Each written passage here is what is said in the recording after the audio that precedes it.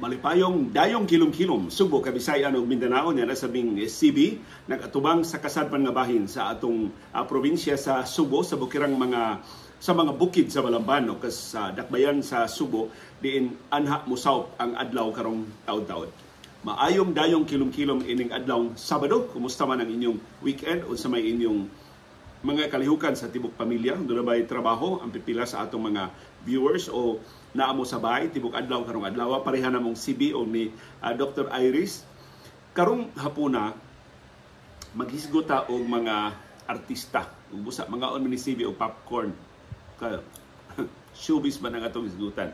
Bitaw daghan ingon na sim nga atud kuno saan ang mga storya liyo. Timan I've been in ABS for more than 25 years. So kung doon ako'y usa ka storya kada tuig, maabot pa nig 25 akong storya. Pero ang akong mga storya, lapas pa ni sa, di ba niyo kamaos si CB mo kaunog popcorn?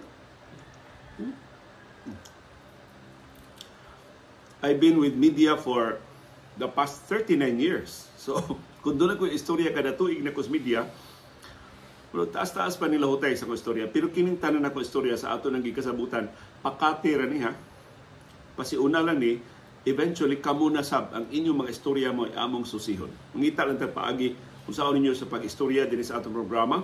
Kamo ba mismo ang mo istorya or inyo ba lang iasoy nako o niya mag-istorya ta o niya ako na rin mo relate sa inyong istorya din sa atong programa. Ato niya nasabutan. Pero inyong voluntaryo nga pagbuot. Dili way pinugsanay din sa atong programa. Kung gusto mo share sa inyong sugilanon, welcome gyud. Ug mo na atong tuyo. And of course, mangita ta og mga istorya sa ubang katawhan. No dunay sugyot nga ato kunong susihon sip ang istorya sa mga bayani, sa mga bantugan nga subuanon, sa mga bantugan nga mga negosyante, mahimo ra gyud nga ato nang himuon din sa atong programa. Karong hapuna ang atong sugilanon mahitungod sa showbiz. Ug mo na title sa atong programa, Showbiz. Kay sa kinatibukan sa kong media career, basta mag-update na gani mahitungod sa mga artista, ang tawagan na Showbiz Update or sa among panahon sa DYAB sa una o sa TV Patrol Central Visayas gitawag na mo Showbiz Patrol. Ang among Showbiz Patroller ni adto sa TV Patrol Central Visayas si Cara May Novena. Nahimon na namong Showbiz Patroller. Of course, ang labing bantugan gyud nga Showbiz Patroller, batanon pa kay siya si apelyido ni Angela Sim. Si Angela. Panahon pa nilang Dante Luzon. In fact, mo na first role ni Angela sa TV News. Unya hantod si Phoebe Fernandez nahimong Showbiz Patroller namo sa TV Patrol Central Visayas.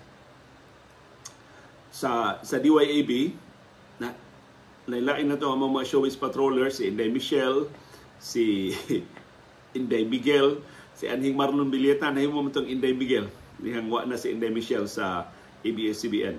Si RC Delegate for a while nahimo na siyang Showbiz Patroller o uban pa.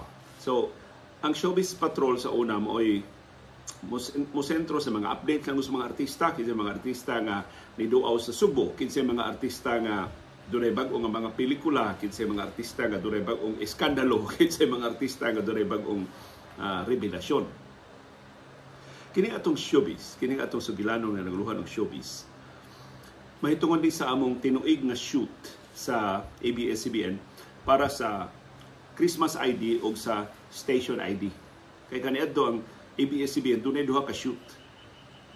Adunahan pa kay ABS-CBN, wa pay problema ang ABS-CBN siyang prangkisa. Tuig ni 2004, 2004, kay hinumdum ko, baga pa kaya kong buhok, batanon pa min itong higayuna, mas man 2004, sim, 22 years? 22 years ago, no, yes, 22 years ago. Bihasim, no? Kapinaduha ka dekada ang nilabay. Gipatawag mi dito sa Manila kay mag-shoot mi. Wa na ko kahinumdum kung Christmas ID ba to or Station ID ba to. Pero niadtong higayuna, ang ABS-CBN usaray shoot sa tanang artista o sa tanang news personalities. Later on, gibuwag na ang news personalities o mga artista dili nimo mag-shoot nga usara. In fact, ang kaming taga-regional, kami mga regional stations, special na lang yun may og-shoot o ba nilang Noli de Castro o ba nilang Corina Sanchez sa una o ba nilang Karen Davila nga lahi na sa ilan naman natong i-assemble, ilan na natong isumpay-sumpay bitaw ang mga video, dili na gyud nga mag-iusam ang tanan. Pero atong 2004 usa tos mga tuig na kaming tanan, mga news personalities o mga artista ang gikuyog sa shoot. Ya dito mi sa studio, bugnaw kay nga studio, dako kay studio sa ABS-CBN. Ang labing dakong balita ya tuiga. Mo na rason nga no nga mo itong isgutan karong hapuna ang panagbuwag nilang Jericho Rosales ug ni Christine Hermosa. Pinangga kay ito si Jericho Rosales ug si Christine Hermosa sa mga fans sa ABS-CBN tungod silang pangako sa iyo, tungod sa itong ilang teleserye, unya nagkahigugmaay gid sila in real life. Ya tungod sa ilang kabatan-on, pila pag edad ni Christine Hermosa o ni Jericho Rosales ni adto, lisod kaayo ang pagmix sa showbiz o sa ilang personal life. Unya mao tong sa iyang kumpisa later on, si Jericho Rosales niingon, iya na lang nag-istorya na lang siya ng Christine nga 10, di na madyon mada. Doon na tayo atong movie career, atong giatiman ng atong showbiz career, batanon pa kay ta. Unya, grabe siya ang pressure sa atong relasyon, doon ay expectation ng atong mga fans. Unya, medyo man limitado ang atong growth tungod aning atong relationship. Kaya mo naandan nga mga istoryahan o mga batanon nga mga magkarelasyon. So, in short, nagkabuwag sila. Pero maayo kaayo ang sirkumstansya sa ilang panagbuwag in real life. Pero sa bahin sa mga fans, perting gubuta atong anong nagbuwag man ni Jericho Rosales ug si Christine Hermosa. Unya si Christine day sa iyang kumpisa later on niingon gisakitan siya pag-ayo nga nakabuwag sila Jericho Rosales. Iyang gihulagway si Jericho nga mao iyang first love. Ug di gyud niya makalimtan hangtod sa hangtod. Nganong naintriga kay mi sa shoot kay nagkabuwag si Christine Hermosa o si Jericho Rosales. Unya pagdaing shoot na mo, nagsugod ang relasyon ni Jericho Rosales o ni Heart Evangelista. Kaya human ni Christine, si Heart Evangelista man ang sunod nga girlfriend ni Jericho Rosales. Unya, si Christine Hermosa sab, nagsugod siya iyang bagong relasyon o ba ni Dieter Ocampo, ang laing batanong aktor. Si Heart, si Jericho o si Christine naapaman sa media. Si Dieter mga di na kaayo di na kayo may isgutan sa mga reports. Pero kami mga reporters balita naman untay among sentro, pero ang tanan dito hasta ang mga news personalities sa Manila haskang hugyaw sa dihang nipakita si Christine Hermosa o si Dieter Ocampo. Unya si Jericho, siya pang usawa pa maubot si Heart, pero gisungog ba sila ba? Unya kanas Christine sweet man gyud kanas Christine Hermosa. In fact, sa mga news personalities dito sa Manila, ikakuyo gani kuno na mo si Christine Hermosa sa elevator sa ABS-CBN. Makaingon yung kasus. Artista ang ginibataan. Kana bang ang iyang kaputi, ang kahamis iyang panit, ang iyang smile, ang iyang demeanor, ang iyang likuan ba ganun. Karaan bitong artista nga kuan jud kayo mahinhin. Basta mayon dyan nakakita jud og artista kung nakakita ka ng Christine Hermosa. Daghang kitang mga amigo nga makauban nilang aeroplano si Christine Hermosa ningon sus. Ang kaputi ko ng Christine Hermosa murag papel. Hilabihan ko ng puti anang Christine Hermosa. Pero mao to nalingaw kay mi dito sa shoot nga nag-abot si Jericho og si Christine Hermosa. Si Christine kuyog na ni Peter. Wa na ko ka ambot na uban ba sa among shoot, pero wa na ko kabantay kanu sa niabot si Heart Evangelista. Pero in love sa kaitong duha si Jericho o si Heart Evangelista sa ilang panahon. In fact, pagkahuman ng nagbuwag, si Jericho Rosales, doon naman to siya banda. May manang kanta si Jericho Rosales. Doon siya kanta nga ni sikat. Tagsara magkinang kanta ni sikat ni Jericho Rosales. Ang iyang kanta nga ni sikat, pero katong Pusong Ligaw, iyang giangkon nga ang Pusong Ligaw, iyang gidedicate ni Christine Hermosa. Sa lyrics sa Pusong Ligaw nga, ikaw pa rin, mula noon hanggang bukas at kailanman. Maringon anak na wa mawa ang iyang gugma ngadto ni Christine Hermosa. Og ingon si Jericho Rosales tinuod yun na iyang gibati. Total kinsa may makapapa sa luna ni Christine Hermosa sa iyang kasing-kasing. Pero ang ako yung mahinungduman katong ilang wedding scene sa Pangako Sa'yo nga sa kadaghan sa mga pagsuway finally gikasal sila. Sus, pag-shoot kuno adto ang mga cameramen, ang staff, ang mga trabahante sa naghimo sa Pangako Sa'yo, mura kuno tinuod jud ng kasal. Yung pagpakita ng Christine Hermosa nga naggaon, murag yung bride ba? Murag tinuod yun nga bride. Si Jericho ni pakita pati siya gwapuha nga. Murag siya yung tinuod nga groom. Basta ila ko ng feeling. Pagkasal, murag nakasaksi silang tinuod yun nga kasal. Nagwapo o gwapa, pulos batanon, pulos masaaron o ugma, kanindot sa ilang kasal. Yung mo ito'y usa sa mga nindot kayong esena sa original na Pangako Sa'yo. Of course, gi-remake ang Pangako Sa'yo. Mga ito'y nakapasikat pagbalik ni Ian Veneracion. O ang nagda sa papel ni Jericho o ni Christine, sila ng Daniel Padilla o si Christine Bernardo. Sila na. Di na kayo kilig. Of course, kilig hapon ang audience nila, pero mas kilig ni Ian Veneracion.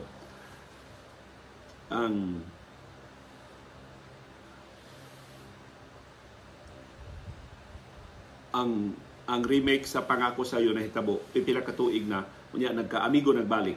O karon in fact managhigala silang Christine Hermosa o si Jericho Rosales.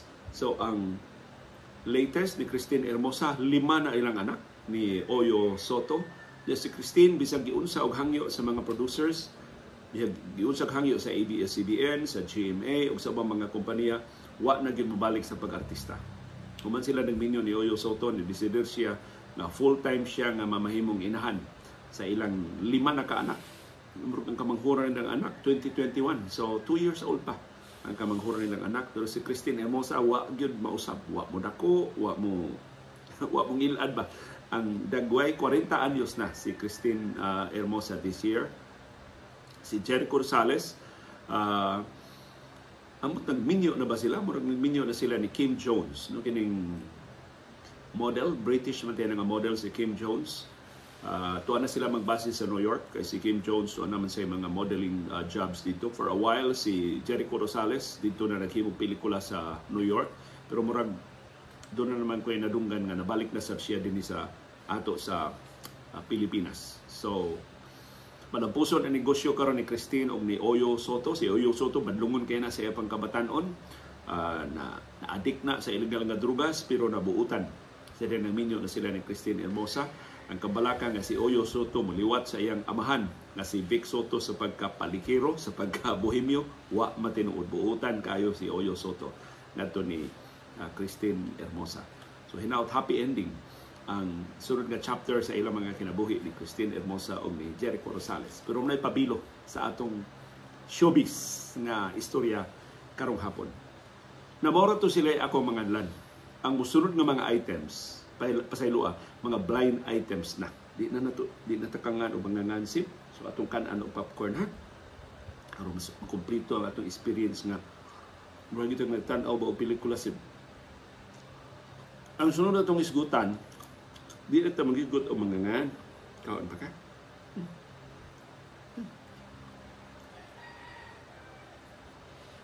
Obviously, tungod sa katinawan na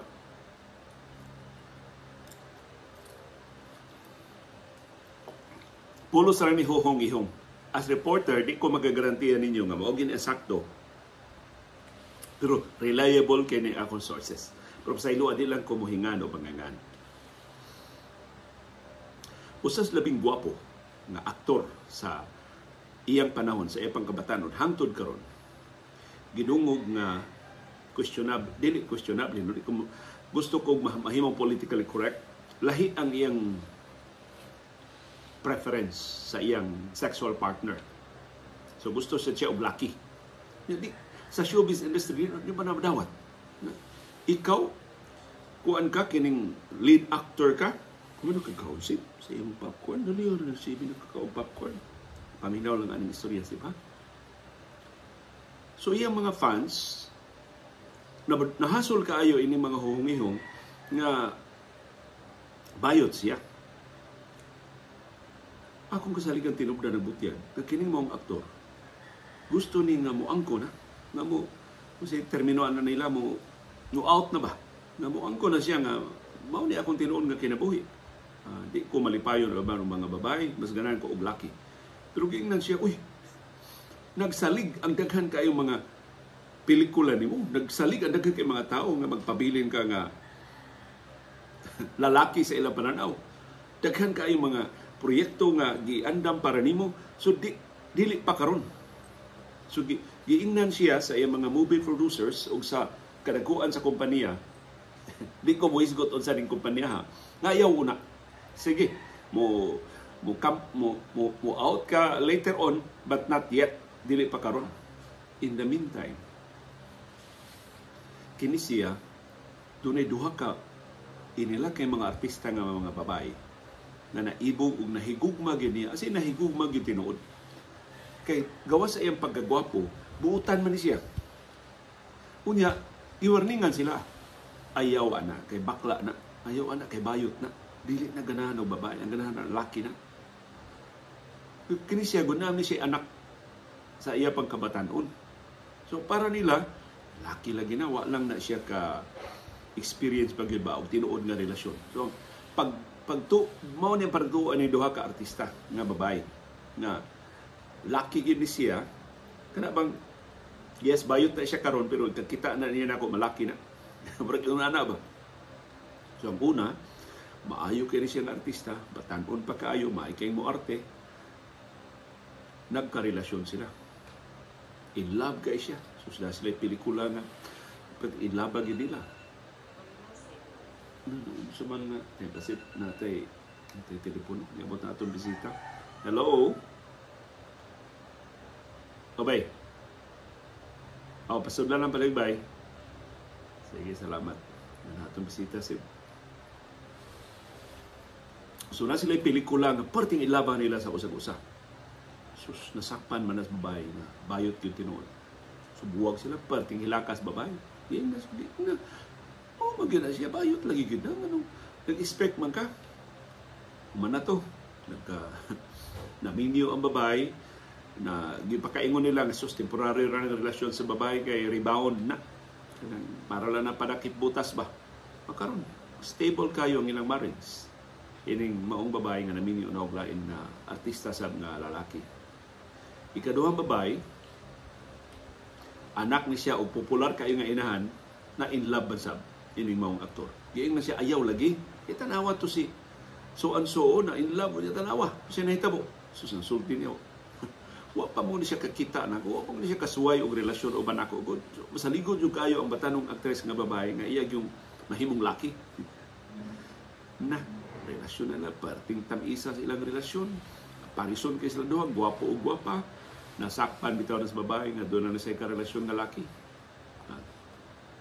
Mas bastos ang ilang separation. Ang babae ni nagpa-interview gyud, ang inahan sa babae nagpa-interview gyud nga bakla ning ano ba? Nadaot na gyud ba? Hinuon, unya naguba na gyud ang ilang relasyon. Nga daghan kay naapektuhan. Sumotong ang kadakuan sa network na nihangyo na sa babae o sa iyang inahan, ayaw na lang. Di pa sinan anong mudaan ni sister man gyud mo, ayaw na lang. Madaot pa hinuon ang negosyo. Madaot pa ang so hangtod karon kining maong aktor nahibaw aran ni tanan nga bayot gyud siya pero tungod sa pressure sa industriya lain naman na yung employer ipaitaon siya maka-out. So maka-imagine ka sa iyong kinabuhi na nagpuyo siya og sa kining false identity. Iyang gipakita sa publiko nga laki siya pero ang iyang tinud nga kinabuhi ganahan siya o lahi ang iyang sexual preference. So manausahay ang pressure sa mga artista o sa palabihon ang ilabang personal na mga interes o ang ilabang interes sa ilang movie career. Kini siya iyang gipili ang iyang career kaysa iyang papakita sa tinod niya nga pagkatao. No, of course, atong tahuron ang iyang choices. Motoy usa nato ka blind item karong hapuna sa atong mga showbiz, pero kini kuan ni mga personal ni namo nga may experience o personal nga mga sugilanon nga atong nakuha gikan sa nakalilain nato nga mga tinubdan. Kana natong popcorn sip.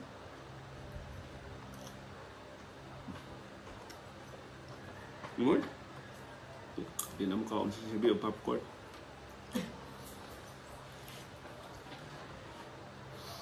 Ang sunod nato nga istorya, just Vivian will be there, okay? Ang sunod natong istorya, kining mga babae sa showbiz na mga bright, maayong kinabuhi, maayo sila nga pagka matuto sila mga ginikanan, pero makakita ganing gwapo, murang mabuang. Mo ni among nahibawan sa ABS-CBN nga dunay tulo ka mga babae, pareha gyud sila. Maayo kay igasulti, intelihente kay manulti, pero makakita ganing gwapo, murang mabuang. Ang una, nahimo na karong inahan. Ang ikaduha, iyang anak, pareha niya, na kinsay gwapo, patulan. Ang ikatuto, di nila parente, pero inila sa kaayo sa showbiz industry. Ang inahan, sa amo pang kabatanon, mao ni sweet kay ni siya nga artista sa una.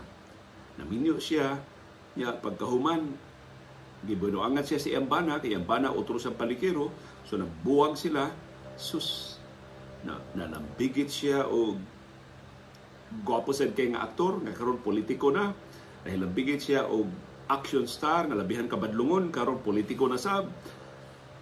But eventually naminyo siya tarong nga politiko.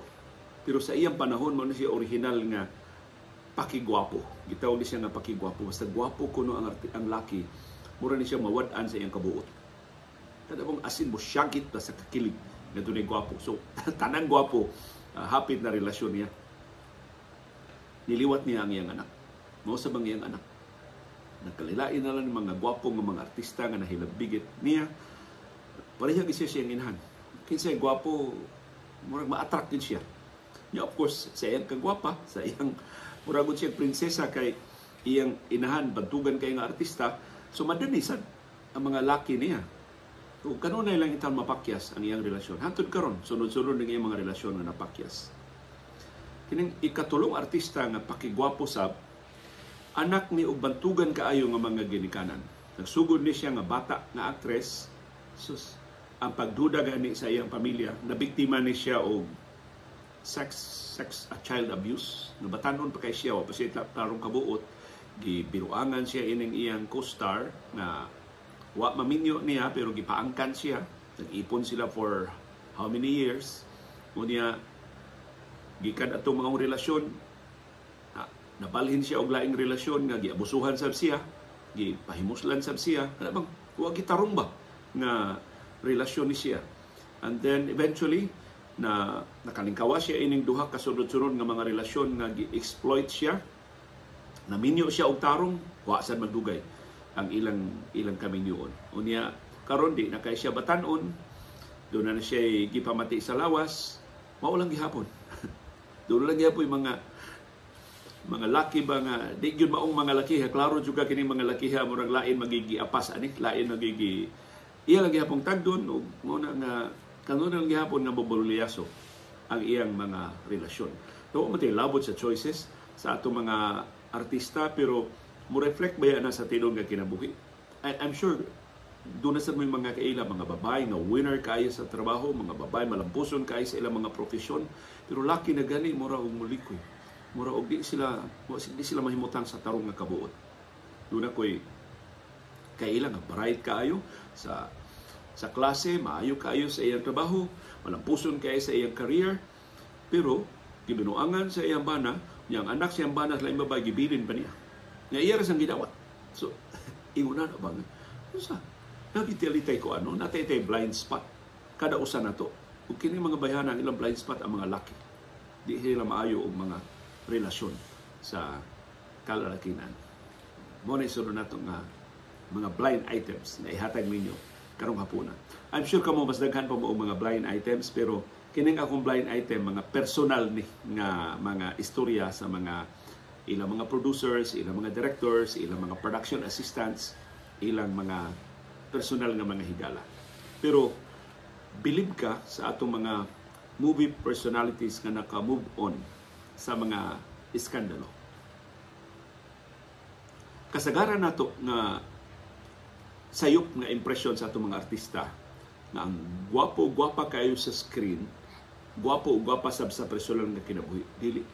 Mura sab nagkita ba nga lahi sad ang atong dagway sa litrato na lahi atong dagway sa personal. Usa ka artista, for example, imo tan-aw niya siyang pelikula lapad og naon. Mura gyud siya dako kayo.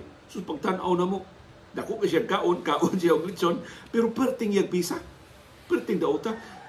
Tungod na sa porma siyang naong, ang iyang naong murag laparon ba, murag dako siya gapapangin. Pero bisan guwapa kay siya sa personal, igbutang sa kamera, mura siya og ulapan. Of course na dadana na karon sa makeup, maay na kay siya mo kiling-kiling siyang naong aron dili kay lapad nga tan-awon, pero usahay ko ang cruel ang kamera. Ug dili kasaligan usay tinuod nga dagway. Nasa mga artista nga puwerteng ninduta tan-aw sa pelikula, sus iga kita nimo sa personal murang tukog. As in, usang tao na sila. Murag gamay huro sa hangin, mga pandol na mga tumba naman na sila. So mao na ang usahay mga misconceptions nato sa ato mga artista. Usahay di ta ka differentiate sa ilang role sa pelikula o sa ilang tinuod nga kinabuhi. For example, kini sa Iris, ganahan man kayo yung mga pelikula, subay o mga series sa Netflix o sa uban na siya subscription sa Apple TV. So daghan kayo ni siya gisubay ng mga series. Ako yung mabantayan ni Iris, maging siya, hala, nitambok. Ikaw siya may tambok, Ars. Ay, ang paboritong aktor, nitambok. Ikaw, Ars, role ramang guna nila. Siya, dili, nitambok yun. Nitambok yun. Pagkasunod nga, role sa artista ni siya, tinuod itong imo, patambok na dito siya atong pelikula. So I think credit nga to sa iyang paborito ng mga artista nga convincing kayo ang ilang pagdako, convincing kayo ang ilang pagkatiguang, convincing kayo ang ilang pagdaot nga para niya mo sa tinahitabo sa tinuod nila nga mga nga kinabuhi. So ang akong punto ngano naghisgot tayo ning mga showbiz items karong hapon na mao dako kayo og papel ang showbiz industry sa atong tagsa-tagsa ka mga kinabuhi. Usay doon natin tendency nga atong mga relasyon, atong i-pattern sa usay atong nakitaan sa showbiz. O doon ay mahitabo sa atong kinabuhi, mga tao, uy, mura man yung pelikula. Mura nakitaan man ako sa pelikula. So, dako kayo papel ang showbiz industry pag umol sa atong tagsa-tagsa ka kinabuhi. Ug ako mo ingon dako sa kisya papel pag umol sa kaugmaon sa atong nasod. Ug mao ni nakapait sa atong showbiz industry karon. There was a time atong showbiz industry na puno sa mga bomba films. Namuro ba mo inikita? Diya sa higayon na pulos na lang ta action films, hapitan na mag-action na, magpinusilay na. Diya sa higayon mapulos na lang ta mga romantic comedy. Kuan tanan magpakatawa na lang sad. Pero tanawa ra gud usay kahimtang siya tong showbiz industry. Meantime, ang Korean showbiz industry i-acknowledge na sa Hollywood. Daghan na kay mga Korean directors, mga Korean actresses nakasud na sa Hollywood. Ang mga Chinese actors, sila Jackie Chan ug uban pa nakasud na sa Hollywood.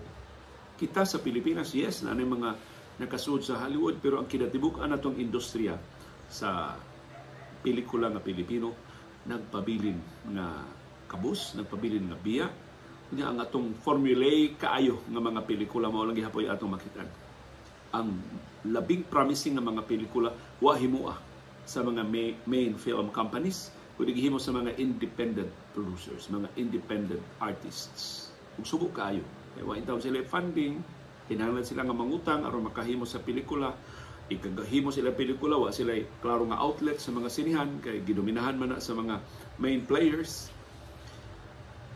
Amot kakuwang ba sa suporta sa gobyerno sa pagnuwili ba sa mga dagko nga mga kompanya pag-take og risk nga dili ang naandan ng mga formula sila mga pelikula mo ay mukita, pero luoy ang atong showbiz industry dinhi sa Pilipinas.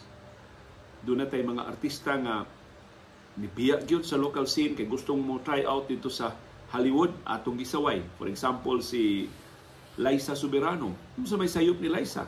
Si Liza igo lang ni opt out siyang kontrata uban sa ABS-CBN kay para niya di siya motubo. Isigila siyang partner ni Enrique Hill. Pero si Liza Soberano wa sa Hollywood project. Dili man gud sayon. Nga moingon lang ka mag-artista ko sa Hollywood, yang Hollywood mo take notice dayon hatagan dayon ka o project. Dugay kay na mahitabo sa karon atong nahibaon si Liza nanasad sa South Korea. Kay iya sang gipos ang iyang damgo nga mag-Hollywood. Luoy sama sa ubang mga industriya sa ato sa Pilipinas, luoy ang atong movie industry.